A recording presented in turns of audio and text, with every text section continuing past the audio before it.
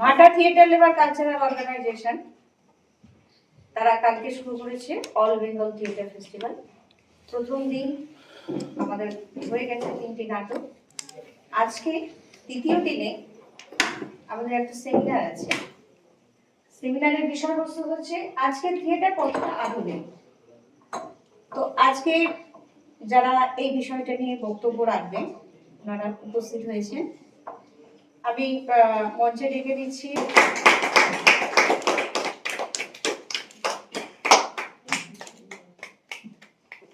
প্রায় 30 বছর ধরে রঞ্জনদাকে দেখছি, আমার প্রচুর অভিনয় দেখেছেন, আমি সমৃদ্ধ হয়েছি রঞ্জনদার কাছে। আর আমার রিসেন্ট বছর দুয়েকের বন্ধু সমীরণ, খুব গুণী মানুষ, ব্যান্ডেল নান্দনিকের পরিচালক। আজকের এই সাবজেক্টটা হচ্ছে আজকে থিয়েটারের কতটা আধুনিক। আজকে থিয়েটার কতটা আধুনিক এটা অ্যাকচুয়ালি আমি শুনবো, বয়োজ্যেষ্ঠ মানুষের কাছে শুনবো, রঞ্জনদার কাছে বিশেষ করে শুনবো। রঞ্জনদা 30 বছরের ধরে রঞ্জনদার মানে নাট্য সমালোচনা শুনতে শুনতে শুনতে শুনতে মানে রিক্ত হয়েছি আমি। তারপরে শুনবো তারপরের প্রজন্ম মানে সবিনরে আছে আধুনিক থিয়েটার কেমন, আমি শুনবো বলেই মূলত আজকে এসেছি। আর নাটক আছে, বক্তব্য রাখার মতো সেই ক্ষমতা আমার নেই। আমি লিখতে পারি আর অভিনয় করতে পারি, পরিচালনাটা করতে পারি।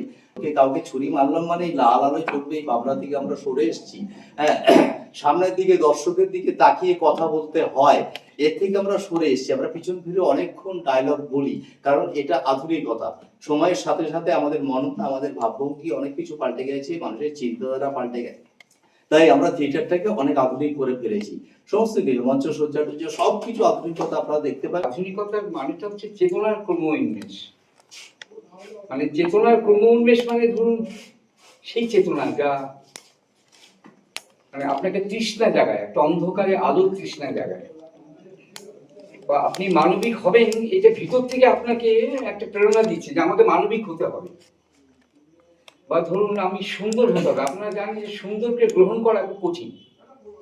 আমরা যে বলি যে আমরা সুন্দর হয়ে উঠবো বা সুন্দরকে গ্রহণ করব, দুটোই খুব কঠিন কাজ। আর এই 3 অক্ষরের কথাটা সুন্দর একটা বিস্তীর্ণ মানে আছে। তো এইগুলো যখনই চেতনার ক্রমোন্মেষ মানুষের ঘটতে থাকে, তখনই তার মধ্যে এটা মানে এই বিরাট ভাবনাটা বা প্রেরণাটা তৈরি হয় যে মানুষের জন্মেছে আমার মানবিক গুণাবলীগুলো যেগুলো ঘুমিয়ে আছে সেগুলোকে কোনোভাবে আমি জাগাবো। আমি সুন্দর হয়ে উঠবো, সুন্দরকে গ্রহণ করার মতো মানসিক অবস্থা তৈরি হবে। গাছে একটা ফুল ফুটে থাকলে দেখবেন সবাই কিন্তু সেই ফুলটা গ্রহণ করতে পারেন, ছিঁড়ে ফেলে। একটা শিশু সে হয়তো মানে কোনো কারণে পড়ে গেছে, অনেকে কিন্তু তোলে না। তার কারণ এইটাই যে সে তার চেতনার ক্রমোন্মেষটা ঘটেনি, আর ঘটেনি বলেই তার মধ্যে এই প্রভাবগুলো আসেনি। তাহলে আধুনিকতা এই জায়গা থেকে আমরা শুরু করতে পারি, সেটা মানে আধুনিক হয়ে ওঠে। মানে আধুনিকতার কথাটা বিস্তীর্ণ মানে ধরুন একটা পরিবর্তন। আমরা বলি না যে পরিবর্তন, আধুনিকতা মানে একটা চেঞ্জ। অবশ্যই চেঞ্জ, জীবন, শিল্প সব জায়গায় চেঞ্জটা হচ্ছে একমাত্র সত্য। মানে পরিবর্তন না হলে জীবন স্ট্যাগন্যান্ট হয়ে যায় এবং সেখানে তার স্থিতাবস্থায় এসে যায় এবং কোনো মানে থাকে না। কিনা পরিবর্তনটা ভালোর দিকে কিনা প্রশ্নটা একটা পরিবর্তন এসছে, একটা কিছু এসছে, কিন্তু তার ভালোর দিকে মানব কল্যাণে সেগুলো মানে নিয়োজিত হচ্ছে কিনা সেই পরিবর্তন, এইটা হচ্ছে সবচেয়ে। আমরা যে জায়গাটা আটকে যাচ্ছি, হাজার হাজার মানুষরা বিরোধিতা করবে। বিধবা বিবাহের বিরুদ্ধে যখন আইন পাস হচ্ছে, মাত্র 700 কতজন লোক পক্ষে ছিল, বাকি সব হাজার হাজার লোক বিপক্ষে। মানে কতটা অন্ধত্বের বিরুদ্ধে লড়াই করতে হয়েছিল ঈশ্বরচন্দ্র বিদ্যাসাগরকে, কতটা অন্ধত্বের বিরুদ্ধে লড়াই করতে হয়েছিল রাজা রামমোহন রায়কে, যে কতটা অন্ধকারকে ভাঙতে গিয়ে নিজের মানে সমস্ত রকম মানবিক সত্তাকে উৎসাহনতার ঘটাতে হয়েছিল। তাহলে আমরা এই কথা বলছি, আধুনিকতা জিনিসটা এতটাই বড় যে আমি আধুনিক হচ্ছি মানে বিশাল ব্যাপার। আধুনিক হওয়া মানে আমার সমস্ত দেশ কাল সময় তার সমস্ত শরীর জুড়ে যে অন্ধকারগুলো রয়েছে তাকে সরিয়ে আলোয় আমাকে জাগানো।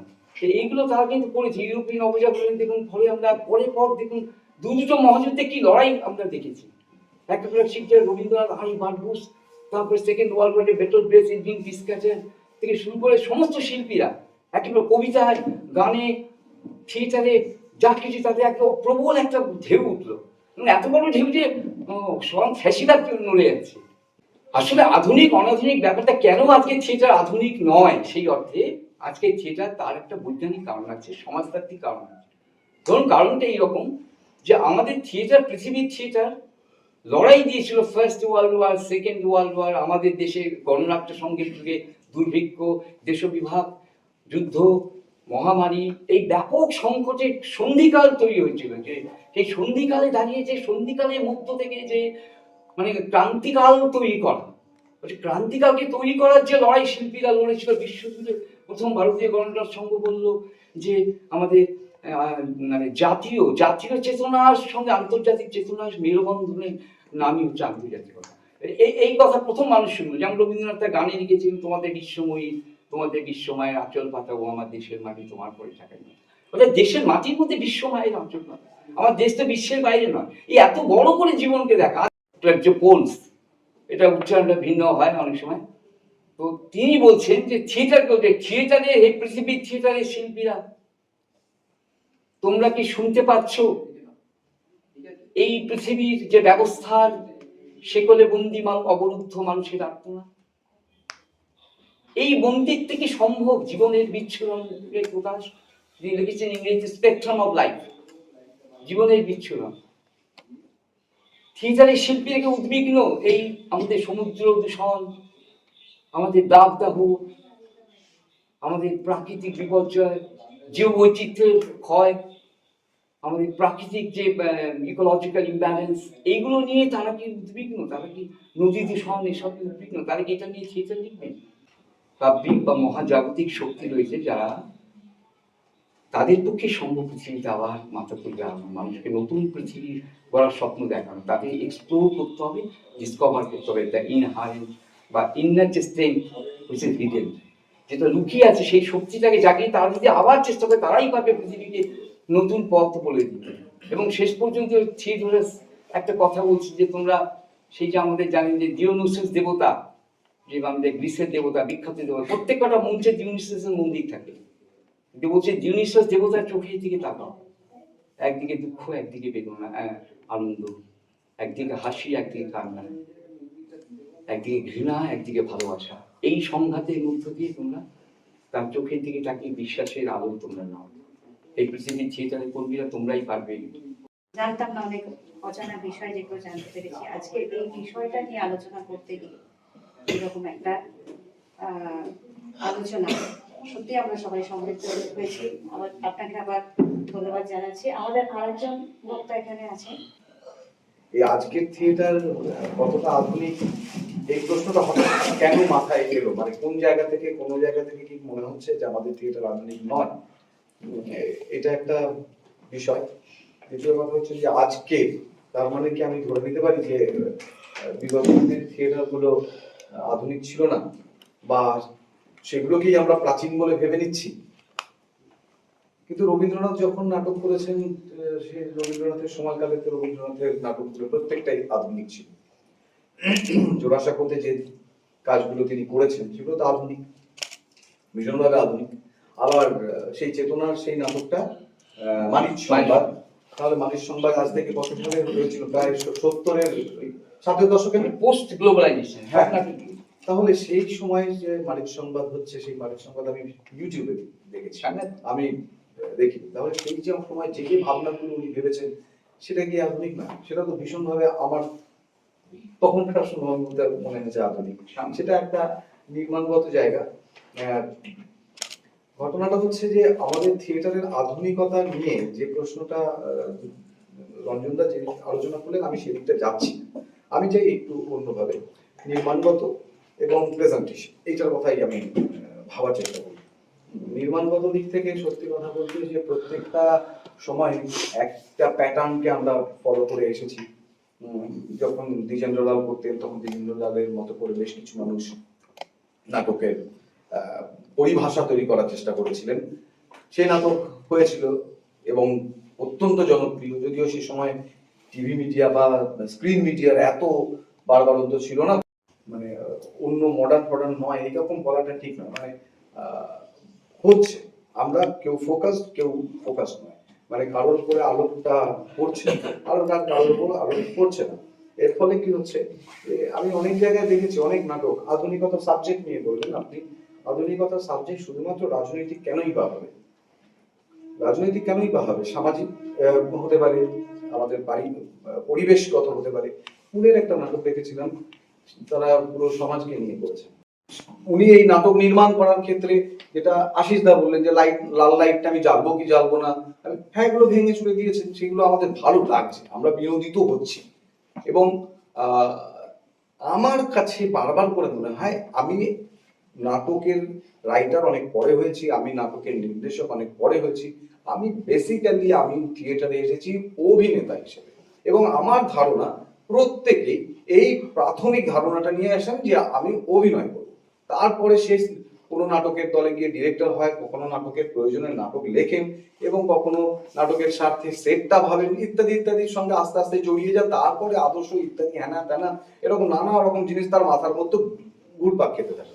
কিন্তু ছোট ছোট বাচ্চারা যখন প্রথম থেকে থিয়েটারের সঙ্গে যুক্ত হয়, তখন কিন্তু এই ভাবনাগুলো তাদের মাথায় থাকে না। আমরা আস্তে আস্তে আস্তে আস্তে আমাদের মতো করে তাদের মধ্যে সঞ্চার করার চেষ্টা করি। আমার মনে হয় আধুনিকতার জায়গায় যদি যেতে হয়, তাদের পারফরমেন্সের জায়গাটাকে আরো বেশি মডার্ন করা দরকার। আমরা যখন পারফর্ম করি তখন আমরা পরিচালক হিসেবে বলি এখান থেকে ওখানে যাও, এখান থেকে ওখানে যাও। আরে কেন যাও সেটা তো ব্যাখ্যা করো। একজনকে কাঁদতে হবে, কতটা কাঁদতে হবে সেটুকু তো বোঝাও। কান্নাটা আসবে কি করে, হাসিটা আসবে কি করে সেটাকে তো বোঝাও। আমাদের অভিনেতাদের মূল জায়গা হচ্ছে 9টা রসকে নিয়ে কাজ করা। ভারতের ভরতনাট্য শাস্ত্রে 8টার কথা বলছি, যাই হোক আমি সব মিলিয়ে 9টা বলি। এই 9টা রসকে আমাদেরকে ঠিক ঠিক ব্লেন্ডিং করতে শেখা। আমার কাছে একজন পেইন্টার যখন কোনো ছবি আঁকেন, আমরা সেরকমই একজন অভিনেতা সেই ছবিটাকে তৈরি করি, সেরকম একটা কালার তৈরি করি। আমি কতটা কি ইউজ করবো, এই পকেটস গুলোকে কিভাবে আমি ওটাকে ভৌতিক বানাবো, এই যে এক্সপেরিমেন্ট, সেই এক্সপেরিমেন্ট গুলো কি করার আমরা সুযোগ পাচ্ছি? প্রশ্নটা এখানে। আমাদের থিয়েটার শুধুমাত্র একটা আঞ্চলিক জায়গায় সীমাবদ্ধ হয়ে রয়েছে, মানে বিশ্বজনীন হয়ে উঠছে না। আমরা শুধুমাত্র আমাদের থিয়েটারকে আমাদের শুধু দেশ কেন, আমাদের শুধু ওই রাজনৈতিক, আমাদের গল্পগুলো সামাজিক গল্পগুলো ইত্যাদির মধ্যেই রাখছি।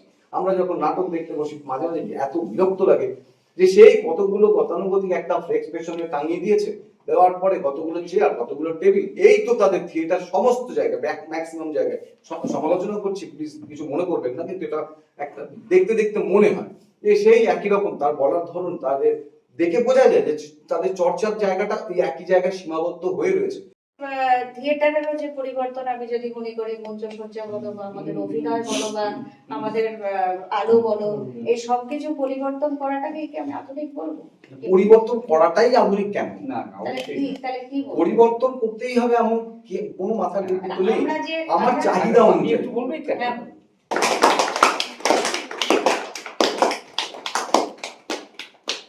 বাহ, হাততালি দিয়ে একটু অনুরোধ করবো। এই আরেকটা piece তো। বুঝছো তো? হ্যাঁ। এই আরেকটা piece দেখো, হাততালিটা।